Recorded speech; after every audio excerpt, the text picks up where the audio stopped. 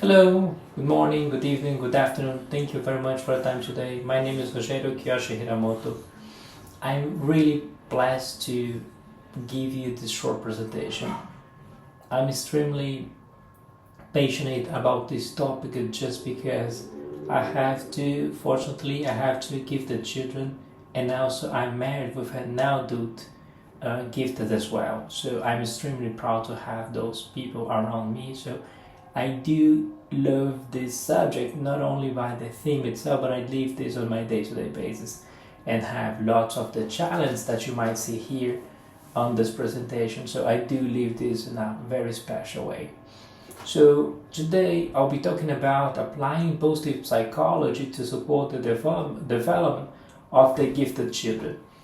I've decided to study this topic just because when we were in the COVID pandemic, I realized that I need to learn something different. And then I have decided to study positive psychology. Fortunately, by the middle of the course, I had the opportunity to identify one of my children, the oldest one, as a gifted children. And then I started to really have a deep dive on knowing this better to support her. So, I'll give you a short introduction of what is the gifted children itself. So, basically, they are children that exhibit exceptional talents and abilities, intelligence, creativity in many other domains. Some of them could be music, sports, arts. It depends a lot, children by children. They are really small populations, so we are talking about 2 to 3% of the global population that have some exceptional talent that we need to realize. It's a common understanding that they face a couple of challenges together to move and live in our world. So some of them is the social isolation, so they really live in an isolated world. They have lots of challenges creating and maintaining their friends. They struggle with the emotions as well, anxiety, perfectionism, and lots of stress combined with that. So that's because they just need that the world would be perfect, as they assume as they are sometimes. And also they do have a kind of understanding they are always not good enough on what they are doing, and they are kind of maintaining a high level of frustration, which is really challenge for them. So then, while studying positive psychology, I found the possibility to use some of the tools we've learned on that field in order to promote, to enhance their way on how those peoples feel and understand their strengths and how they can use those strengths to help them to address some social emotional challenge that they might feel on the day-to-day basis.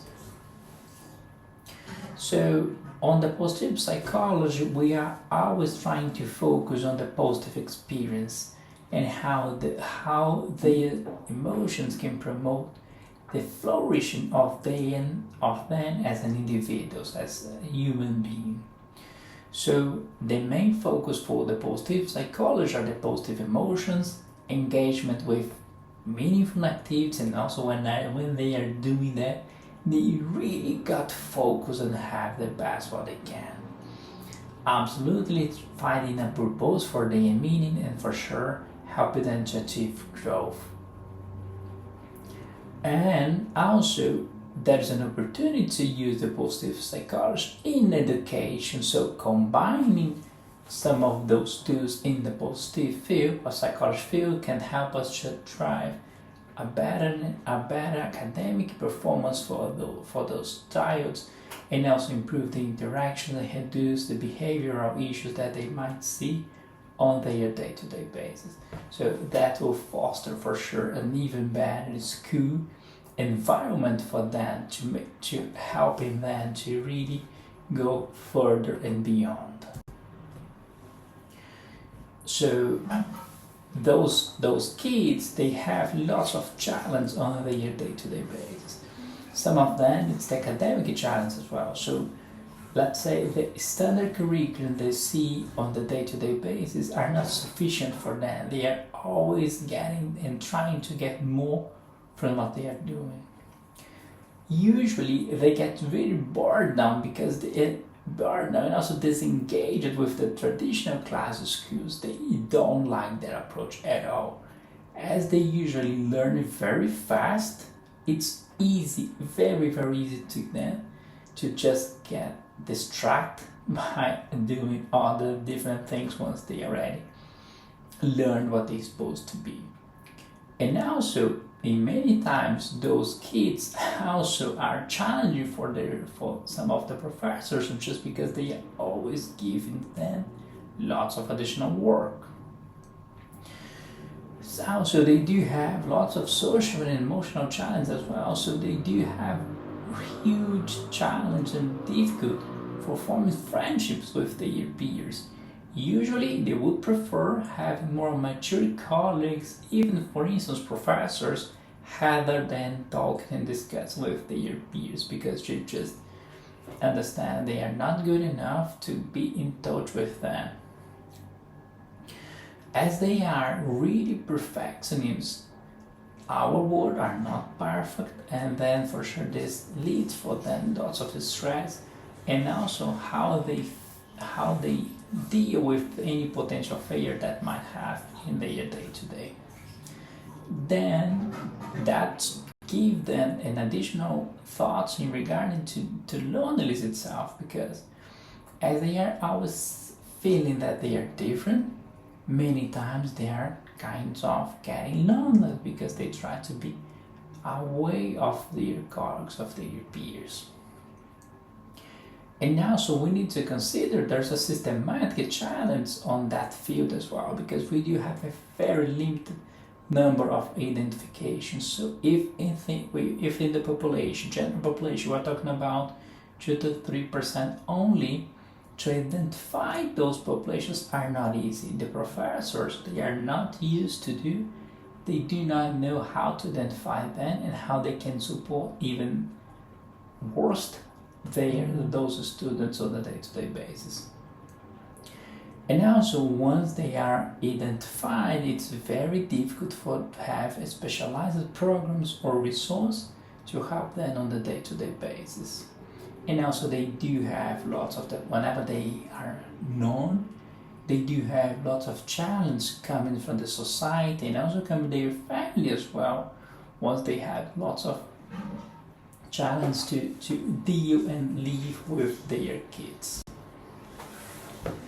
So in order to help supporting those kids, after reviewing lots of different academic resources, they came up with a few suggestions that might be helpful for those kids. So the first one, giving them differentiated structures. So whenever we're giving them additional resources that can be tailored for their needs, that might be helpful for engaging them a bit further in the process. We should always seek for project-based learning as they learn in different ways, giving them the opportunity to independently do their research might help them to address and find new opportunities to improve and to get better. Also, we need to consider enrichment programs that could be camps, mentorships, and also competitions where they can put their abilities into pressure and make them flourish. Also, we should give them social and emotional support as well, via counseling services to help them to address their anxiety, their perfectionism, promote positive peers interaction with the groups, helping them get better integrated, getting better positions with their peers.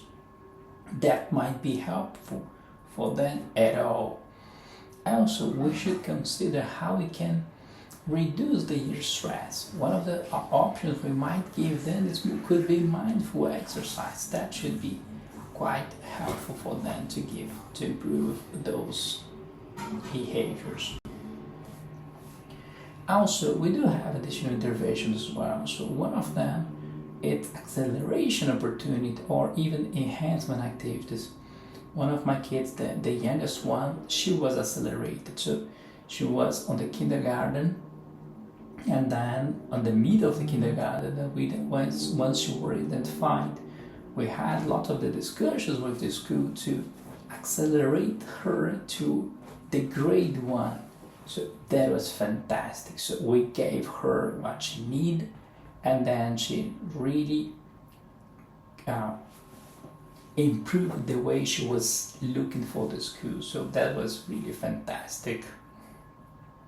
And also we can support the kids with extracurricular programs as well, to help them to improve and enhance their social skills, and also some hobbies, which is quite great. Sometimes it's very difficult to identify one good hobby for them, but we really need to look forward and try to identify them. Also, we need to consider the emotional needs as well, which are different. So we need to create safe environments for them to help them openly discuss about the challenges they live on a day-to-day basis. And also try to introduce activities that might help them to foster their resilience and how they can positively reframe the way they see the world.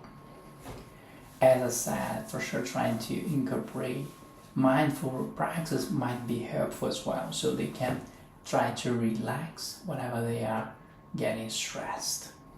And for sure, it's important that the college and the schools collaborate with some key stakeholders like the parents, the educators itself, and mental health professionals, so they can have a kind of broader considerations on how we are feeling and seeing those kids and helping them in very different ways. So the holistic approach, it's always the best way to help those kids.